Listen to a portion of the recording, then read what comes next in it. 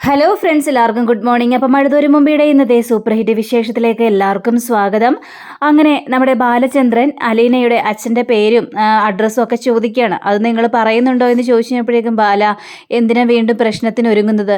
അതിൻ്റെ ആവശ്യമുണ്ടോ? അത് പറയേണ്ട കാര്യമുണ്ടെന്നൊക്കെ ചോദിച്ചപ്പോഴേക്കും പറയേണ്ട കാര്യമുണ്ട്, എനിക്ക് അറിയണം. അത് ഗംഗേട്ട തന്നെ പറയണം. അതിനുവേണ്ടി തന്നെയാണല്ലോ ഞാൻ ഇങ്ങോട്ട് വന്നിരിക്കുന്നത്. ബാല, അതൊക്കെ അറിഞ്ഞിട്ട് ബാലന് എന്തിനാണ് എന്നൊക്കെ ഇങ്ങനെ ചോദിക്കുമ്പോൾ, ശരി, ഇനിയിപ്പോൾ ഗംഗേട്ടന് പറയാൻ ബുദ്ധിമുട്ടാണെങ്കിൽ പറയണ്ട, ഞാൻ ഒരു കാര്യം ചെയ്യാം. ഞാൻ ഏതായാലും വൈജയെ വിളിക്കാം. വൈജയെ വിളിച്ചിട്ട് വൈജയോട് കാര്യങ്ങളെല്ലാം ചോദിക്കാം. അവൾ തന്നെ പറയട്ടെ എന്നേ. അവളെ പിഴപ്പിച്ചുകൊണ്ട് പോയ അവൻ്റെ പേര് അവൾ തന്നെ പറയട്ടെ. ഞാൻ അവളോട് പറയാം, നിങ്ങൾക്ക് രണ്ടുപേർക്കും പിഴച്ചുണ്ടായ ഒരു സന്തതിയില്ലേ അലീന, അലീനയുടെ അച്ഛൻ്റെ വീട് എവിടെയാണെന്ന് അറിയാവോ എന്നൊക്കെ ഞാൻ ചോദിച്ചോളാം. കറക്റ്റ് ഡീറ്റെയിൽസ് ആയിട്ട് തന്നെ. എന്താ ചോദിക്കണോ? എനിക്ക് കുഴപ്പമൊന്നുമില്ല ചോദിക്കുന്നത് കൊണ്ട്. അതെ, ഞാൻ ഇപ്പം തന്നെ വിളിക്കാം വൈജയെ എന്നും പറഞ്ഞുകൊണ്ട് വൈജയ്ക്ക് കോൾ ചെയ്യാൻ പോയപ്പോഴേക്കും ഗംഗ പറയുകയാണ്, വേണ്ട, ഇനിയിപ്പോൾ അതും പറഞ്ഞ് ചുമ്മാ പ്രശ്നം ഉണ്ടാക്കേണ്ട ബാലേന്ദ്ര, ഞാൻ പറയാം, അയാളുടെ പേരെന്താണെന്ന് ഞാൻ പറയാം. എങ്കിൽ പറ ഗംഗേട്ടാ, അത് കേൾക്കാൻ വേണ്ടിയല്ലേ ഞാൻ കാത്തു നിൽക്കുന്നത്. ഗംഗേട്ടൻ്റെ നാവിൽ നിന്ന് തന്നെ എനിക്ക് ആ സത്യം അറിയണം ഗംഗേട്ടാ. ഗംഗേട്ടൻ പറയുന്നുണ്ടോ ഇല്ലയോ എന്നൊക്കെ ചോദിച്ചു കഴിഞ്ഞപ്പോഴും പറയാം. അയാളുടെ പേര് സ്റ്റാലിൻ ജോസഫ് എന്നിങ്ങനെ പറയാം. ഇത് കേട്ട് കഴിഞ്ഞപ്പോഴേക്കും ഈ ബാലേന്ദ്രന് വന്ന കലി അത് വല്ലാത്തൊരു കലി തന്നെയായിരുന്നു. അപ്പോൾ വീട് എവിടെയാണ് എന്ന് ചോദിച്ചു കഴിഞ്ഞപ്പോഴേക്കും വീട് പത്തനാപുരം, അങ്ങനെ ഒരു സ്ഥലത്തിൻ്റെ പേരങ്ങനെ പറയുകയാണ്. അങ്ങനെ അഡ്രസ്സും കാര്യങ്ങളൊക്കെ ഈ ഇത് പറഞ്ഞു കൊടുക്കുകയാണ്, ഈ ഗംഗ പറഞ്ഞു കൊടുക്കുകയാണ് ഈ ബാലേന്ദ്രനോട്. ഓ, അത് ശരി, അപ്പോൾ സ്റ്റാലിൻ ജോസഫ് എന്നാണ് അയാളുടെ പേര്. ശരി, ആയിക്കോട്ടെ. ഏതായാലും അയാളെനിക്കൊന്ന് കാണാൻ പോകാനുണ്ട്. ഇത് കേട്ട് കഴിഞ്ഞപ്പോഴേക്ക് ബാലേന്ദ്രൻ വീണ്ടും പ്രശ്നം ഉണ്ടാക്കാൻ നിൽക്കരുത്. എന്തിനാണ് ഇപ്പോൾ അയാളുടെ പേരൊക്കെ ചോദിച്ചത്? അയാളെ കാണാൻ പോകാനോ? അതെ, കാണാൻ പോകാനായിട്ട്. അലീനെ ആ വീട്ടിൽ നിന്ന് ഇറങ്ങി പോവല്ലേ? എന്തിന്? അവൾക്ക് ആ വീട്ടിൽ നിൽക്കണ്ട. ഈ വൈജ അങ്ങോട്ട് വരണമെങ്കിൽ അലീന ആ വീട്ടിൽ നിന്ന് ഇറങ്ങി പോകണമല്ലോ. എന്നാലല്ലേ വൈജ ആ വീട്ടിലേക്ക് കയറി വരികയുള്ളൂ. അതുകൊണ്ട് അലീനയെ ഇനി എവിടെയെങ്കിലും സേഫായിട്ട് താമസിപ്പിക്കണ്ടേ? അപ്പോൾ ഒരു കാര്യം ചെയ്യാമെന്ന് ഞാൻ വിചാരിച്ചു. അവളെ സ്വന്തം അച്ഛനായ ആ അച്ഛൻ്റെ വീട്ടിൽ തന്നെ കൊണ്ടുപോയി വിടാമെന്ന് ഞാൻ വിചാരിച്ചു. അങ്ങനെയാണ് എൻ്റെ മനസ്സിലെ തീരുമാനം. ഇത് കേട്ട് കഴിഞ്ഞപ്പോഴേക്കും ഗംഗ പറയാ, ദേ ബാലേന്ദ്ര, കൂടുതൽ പ്രശ്നങ്ങൾ ഉണ്ടാക്കാനായിട്ട് നിൽക്കരുത്. ഇപ്പോൾ ആ സ്റ്റാലിന് ഫാമിലിയൊക്കെ ഉണ്ടാകും, ഉറപ്പായിട്ടുണ്ട്. അവർ സന്തോഷമായിട്ട് ജീവിക്കല്ലേ. അവരുടെ ജീവിതം തകർക്കാൻ വേണ്ടി എന്തിനാണ് ബാലേന്ദ്ര നമ്മൾ അങ്ങോട്ട് പോകുന്നത് എന്ന് ചോദിക്കുകയാണ്. അത് ശരി, അയാൾക്ക് നല്ലൊരു ജീവിതം ഉണ്ടല്ലേ. അപ്പോൾ എൻ്റെ ജീവിതം തകർന്ന് തരിപ്പണമായിക്കോട്ടെ, കുഴപ്പമൊന്നുമില്ല. ഞാൻ അപമാനങ്ങൾ സഹിച്ച് ഇങ്ങനെ ഇരുന്നോട്ടെ, മറ്റുള്ളവരുടെ വിഴപ്പ് ചുമക്കാൻ വേണ്ടി ഞാൻ ജീവിച്ചോട്ടെ. പക്ഷേ ബാക്കിയുള്ളവരെല്ലാവരും സന്തോഷത്തോടെയും സമാധാനത്തോടെയും ഒക്കെ ജീവിക്കണം. അതാണ് നിങ്ങളുടെ മനസ്സിലെ ആഗ്രഹം അല്ലേ? ഇതൊക്കെ കേട്ടുകഴിഞ്ഞപ്പോഴേക്കും അങ്ങനെയല്ല ബാലേന്ദ്ര, ഞാൻ ആ ഒരു ഉദ്ദേശത്തിൽ പറഞ്ഞതല്ല. ഈ സ്റ്റാലിൻ എന്ന് പറഞ്ഞ വ്യക്തിക്ക് ഈ കാര്യങ്ങളൊന്നും അറിയില്ലല്ലോ. നമുക്ക് മാത്രമല്ലേ കാര്യങ്ങൾ അറിയുള്ളൂ. അതേപോലെ തന്നെ വൈജയ്ക്കും കാര്യങ്ങൾ അറിയില്ല. ഈ സത്യങ്ങൾ അറിയാവുന്ന നമ്മൾ പോയി അവരോട് പറഞ്ഞ് അവരുടെ ഫാമിലിയിൽ വലിയ പ്രശ്നങ്ങളുണ്ടായി. എന്തിനാണ് ബാലേന്ദ്ര അങ്ങനൊരു കാര്യത്തിന് നമ്മൾ പോകുന്നത്? അവരായി അവരുടെ പാടായി എന്ന് പറഞ്ഞപ്പോഴേക്കും, എന്തൊക്കെ പറഞ്ഞിട്ട് ഒരു കാര്യമില്ല ഗംഗേട്ടാ.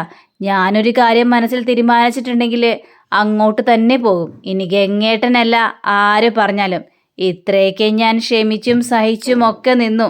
ഇനിയേ അങ്ങോട്ട് ഈ ബാലേന്ദ്രന് പറ്റില്ല ക്ഷമിച്ചും സഹിച്ചൊക്കെ നിൽക്കാനായിട്ട്. എല്ലാവരും അനുഭവിക്കട്ടെന്നേ, ഞാൻ മാത്രം അനുഭവിച്ചാൽ മതിയോ? ഈ തെറ്റ് ചെയ്തവരെല്ലാവരും അനുഭവിക്കട്ടെ. എല്ലാവരെയും നിർത്തി വെടിവെക്കാൻ തന്നെയാണ് എൻ്റെ തീരുമാനം. ഇത് കേട്ട് കഴിഞ്ഞപ്പോഴേക്കും ഗംഗയാണെങ്കിൽ നിനക്ക് നീ ഇഷ്ടം പോലെ ചെയ്യേ, ഞാൻ എന്ത് പറഞ്ഞാലും നീ കേൾക്കില്ലെന്ന് എനിക്ക് മനസ്സിലായി. അതുകൊണ്ട് നീ നിൻ്റെ ഇഷ്ടം പോലെ ചെയ്യ്, വരുന്നിടത്ത് വെച്ച് എന്നെ കാണാം എന്ന് ബാലേന്ദ്രനോട് പറയാ. അങ്ങനെ വാ, വരുന്നിടത്ത് വെച്ച് തന്നെ കാണാം, അല്ലാതെ വേറൊരു നിവൃത്തിയില്ല ഗംഗേട്ടാ എന്നിങ്ങനെ സംസാരിക്കുകയാണ്. പിന്നീട് കാണിക്കുന്നത് നമ്മുടെ രേവതിക്കുട്ടിക്കും ബാക്കിയുള്ളവരെല്ലാവരും കൂടി ഭക്ഷണമൊക്കെ കഴിച്ച് ഹോട്ടലിൽ നിന്ന് ഭക്ഷണമൊക്കെ കഴിച്ച് രേവതിക്കുട്ടി പൈസ കൊടുക്കുക. രേവതിക്കുട്ടി പൈസയൊക്കെ കൊടുത്തു കഴിഞ്ഞപ്പോഴേക്കും രോഹിതിനോട് ചോദിക്കുകയാണ്, അതെ 2 രൂപ തൊട്ടുണ്ടോ എന്ന് ചോദിച്ചു കഴിഞ്ഞപ്പോഴേക്കും ഇല്ല. ഓ, അത് ശരി, അപ്പോൾ ദാരിദ്ര്യമാണല്ലേ? ഓ, എനിക്ക് ദാരിദ്ര്യമെങ്കിലും ഉണ്ട്. ഇവിടെ എന്താ ഉള്ളത്? ആ വേണ്ടായേ, കൂടുതൽ സംസാരിക്കണ്ട, ഇങ്ങോട്ട് വാ. അപ്പോൾ കൃഷ്ണമോളോടാണെങ്കിൽ, അല്ല ഈ അലീന ചേച്ചിയും ബബിതയും എങ്ങോട്ട് പോയി? കുറേ നേരമല്ല അവർ കൈ കഴുകാൻ പോയിട്ട്, ഇനി അവർ കുളിച്ചേ വരുവുള്ളൂ. അതൊന്നും അറിയില്ല, എന്താണ് ഏതാണാവോ. മേഡം പറഞ്ഞാൽ മതി, മേഡം പറയുന്നത് പോലെ ഞങ്ങൾ ചെയ്തോളാം. ശരി എങ്കിലേ ബബിതയെയും അലീന ചേച്ചിയും വിളിച്ചിട്ട് വാ എന്നും പറഞ്ഞുകൊണ്ട് കൃഷ്ണമോൾ അങ്ങോട്ട് പോവാണ്. കൃഷ്ണമോൾ അങ്ങോട്ട് പോയി കഴിഞ്ഞപ്പോഴേക്കും, അതേ എന്താ കാർ എടുക്കുന്നില്ലേ എന്ന് ചോദിച്ചപ്പോഴേക്കും, ആ കാർ എടുക്കാം. പിന്നെ പറയണോ, ഡ്രൈവർക്ക് ഇതൊന്നും അറിയില്ല. അപ്പോഴേക്കും രേവതിക്കുട്ടിയുടെ ഫോണിലേക്ക് ഒരു കോൾ വരികയാണ്. അത് ഗ്രേസമാരിയുടെ കോളായിരുന്നു. അതേ മിണ്ടാതിരിക്കണേ, ഞാൻ ഈ കോളൊന്ന് എടുത്തോട്ടെ. ഞങ്ങൾ മിണ്ടേന്നുമില്ല, ആ വായ ആദ്യം അടക്കാൻ നോക്ക്. അയ്യോടാ, എന്നോട് തർക്കിക്കാൻ നിൽക്കുകയാണ്. എന്തിനാണ് ഇങ്ങനെ കോൾ എടുത്തിട്ട് ഇങ്ങനെ തർക്കിച്ചുകൊണ്ട് നിൽക്കുന്നത്? സംസാരിക്കുക. ഓ സോറി, ഞാനത് അങ്ങോട്ട് മറന്നുപോയി. അങ്ങനെ ആൻറ്റി, അതെ നീ എന്താണ് ഈ ഫോൺ എടുത്തിട്ടൊന്നും സംസാരിക്കാത്തത്? കുറേ നേരമായല്ലോ, നിങ്ങളിത് എവിടെയാ? ഇങ്ങോട്ട് വരുന്നില്ലേ? ഞങ്ങൾ വരികയാണ് ആൻറ്റി, ദേ ഉടനെ തന്നെ എത്തും. ഇവിടെ മാമച്ചായൻ നിങ്ങളെയും ചോദിച്ചുകൊണ്ടിരിക്കുക, അതുകൊണ്ടാണ് ഞാൻ പറഞ്ഞത് നിങ്ങളിത് എപ്പോഴാണ് വരുന്നത്? ഉടനെ വരുമെന്നേ. ഈ പിള്ളേരെയൊക്കെ ഒന്ന് അടക്കി ഒതുക്കി തല്ലുകൂടാതെ നിർത്തണ്ടേ. പിള്ളേരോ? ഏത് പിള്ളേർ? അലീന, കുലീന, ബബിത, സബിത, അങ്ങനെ കുറേ എണ്ണം ഉണ്ടല്ലോ. അവരെയൊക്കെ അടക്കി ഒതുക്കി കൊണ്ടുവരണ്ടേ. ഇതൊക്കെ ഒറ്റയ്ക്ക് എന്നെക്കൊണ്ട് കൈകാര്യം ചെയ്യാനായിട്ട് പറ്റുമോ? എങ്ങനെയെങ്കിലും അഡ്ജസ്റ്റ് ചെയ്ത് അവിടം വരെയും കൊണ്ടുവരണ്ടേ എൻ്റെ പൊന്നാൻറ്റി.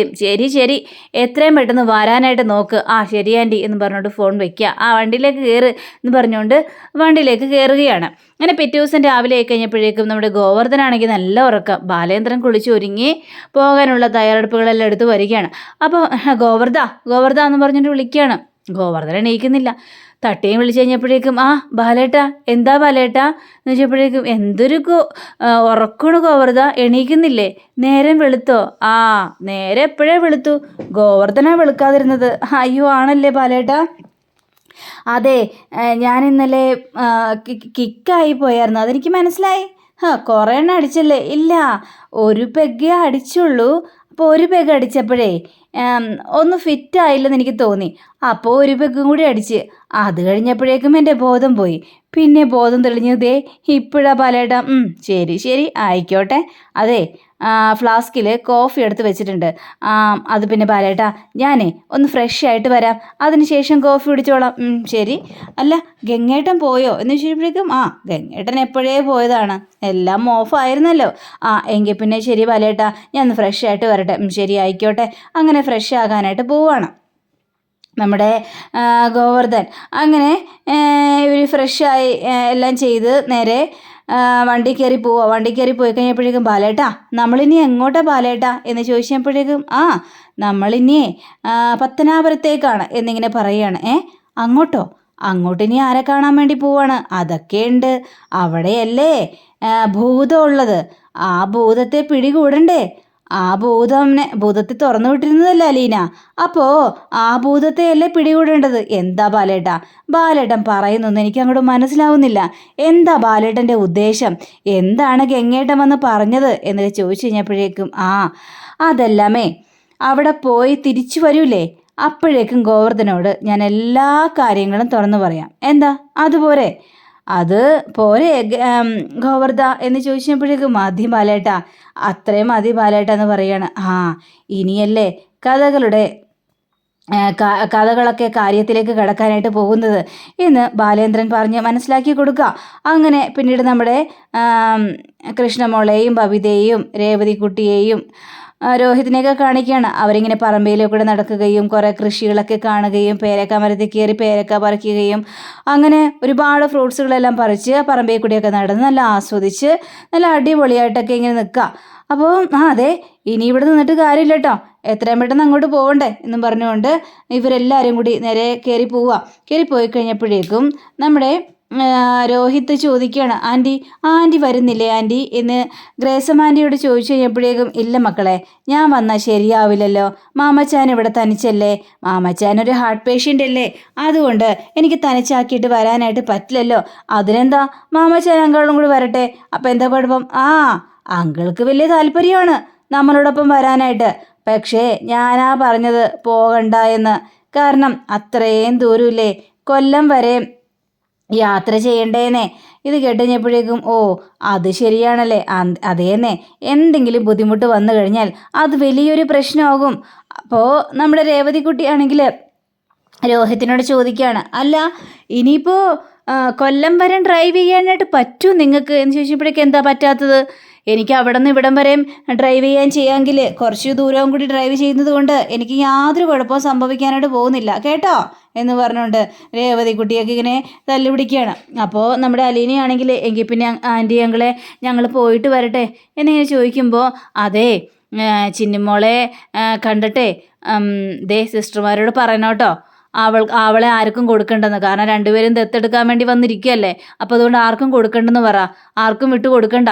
അങ്ങനെ ആരെങ്കിലും കൊണ്ടുപോയാലേ പിന്നെ ചിന്നിമോളെ കാണാനായിട്ട് നമുക്ക് പോകാനായിട്ട് പറ്റില്ല, ഒന്ന് കാണാൻ പോലും പറ്റില്ല. അതുകൊണ്ടാണ് പറയുന്നത്, ആർക്കും വിട്ടു കൊടുക്കണ്ട എന്ന്. പറഞ്ഞു മനസ്സിലായോ എന്നിങ്ങനെ ചോദിച്ചപ്പോഴേക്കും ഞാൻ ഏതായാലും സിസ്റ്ററോടൊന്ന് സംസാരിച്ച് നോക്കട്ടെ ഗ്രേസം ആൻറ്റി എന്നും പറഞ്ഞുകൊണ്ട് ഇവരെല്ലാവരും പുറത്തേക്ക് ഇറങ്ങാം. അങ്ങനെ പുറത്തേക്ക് ഇറങ്ങി വാ ഇനിയിപ്പോൾ കയറ് പോകണ്ടേ എന്നൊക്കെ ചോദിച്ചു കഴിഞ്ഞപ്പോഴേക്കും ഇവർ എല്ലാവരും കൂടി വണ്ടി കയറി കുറച്ച് ദൂരം അങ്ങോട്ട് എത്തുക. കുറച്ച് ദൂരം എത്തിക്കഴിഞ്ഞപ്പോഴേക്കും രോഹിത്താണെങ്കിൽ അലീന ചേച്ചി അതേ റൂട്ടൊക്കെ കറക്റ്റ് അല്ലേ, നമ്മൾ കറക്റ്റ് സ്ഥലത്തേക്ക് തന്നെയല്ലേ പോകുന്നത് എന്ന് ചോദിക്കുകയാണ്. അതേന്നേ റൂട്ട് എല്ലാം കറക്റ്റ് തന്നെയാണ്. അപ്പോൾ രേവതിക്കുട്ടിക്ക് കാലി വരികയാണ്. ആഹാ കൊള്ളാലോ, ഇത്ര നേരം വഴി പറഞ്ഞു തന്നത് ഞാനല്ലേ, എന്നിട്ടിപ്പോൾ ഒരു ചോദ്യം. എന്താണൊരു ചോദ്യം? അല്ല ചോദിച്ചതുകൊണ്ട് കുഴപ്പമൊന്നുമില്ലല്ലോ, ഇതുവരെയായിട്ടും ഇവിടെ അനാഥാലയം എത്തിയിട്ടില്ലല്ലോ, പിന്നെ എന്താ കാര്യം? അതുകൊണ്ടാ അലീന ചേച്ചിയോട് ഒരു ഡൗട്ടും കൂടി ഒന്ന് ചോദിച്ചത്. അയ്യടാ ഒരു ഡൗട്ടും കൂടി ഒന്ന് ചോദിച്ചത്, അല്ലെങ്കിലും ഇങ്ങേർക്ക് ഡൗട്ട് തന്നെയാണല്ലോ. ദേ അലീന ചേച്ചി ഈ പെണ്ണിനോടൊന്നും മിണ്ടാതിരിക്കാൻ പറ എൻ്റെ അലീന ചേച്ചി എന്ന് പറയുകയാണ്. അപ്പോൾ നീ അവൾ പറയുന്നത് ശ്രദ്ധിക്കാനായിട്ട് പോകണ്ട. കുരുത്തക്കേടിൻ്റെ അങ്ങേ അപ്പുറമാണല്ലോ, എപ്പോഴും പോകുന്നത് നല്ല റൂട്ട് തന്നെയാണല്ലോ, ഹരി നല്ല റൂട്ടാണല്ലോ നിങ്ങൾക്ക് കാണിച്ചു തന്നിട്ടുള്ളത് എന്നൊക്കെ പറഞ്ഞപ്പോഴേക്കും അലീന ചേച്ചി എന്താ അലീന ചേച്ചി ഈ കിടന്ന് സംസാരിക്കുന്നത്? ഇതിനോടൊന്ന് വായടക്കി ഇരിക്കാൻ പറ, എനിക്ക് മനസമാധാനമായിട്ടോടൊന്ന് വണ്ടി ഓടിക്കണം. ദേ അവൾ എന്തെങ്കിലും പറയട്ടെ, നീ അത് കണ്ടില്ല കേട്ടില്ലെന്ന് വെച്ചാൽ മതി രോഹിതേ. അങ്ങനെ നമ്മൾ കണ്ടില്ല എന്ന് വെക്കാൻ നേരത്ത് അവൾ തോറ്റു പിന്മാറിക്കോളും, ചമ്മി നാറിപ്പോയിക്കോളും. അതുകൊണ്ട് കൂടുതലൊന്നും സംസാരിക്കാൻ പോകാതിരിക്കുന്നതായിരിക്കും എൻ്റെ രോഹിത്തെ നല്ലത് എന്നിങ്ങനെ പറയുകയാണ്. ഇവളെ കൊണ്ട് തോറ്റു. അപ്പോഴേക്കും നമ്മുടെ ബബിതയും കൃഷ്ണമോളും പറയുകയാണ്.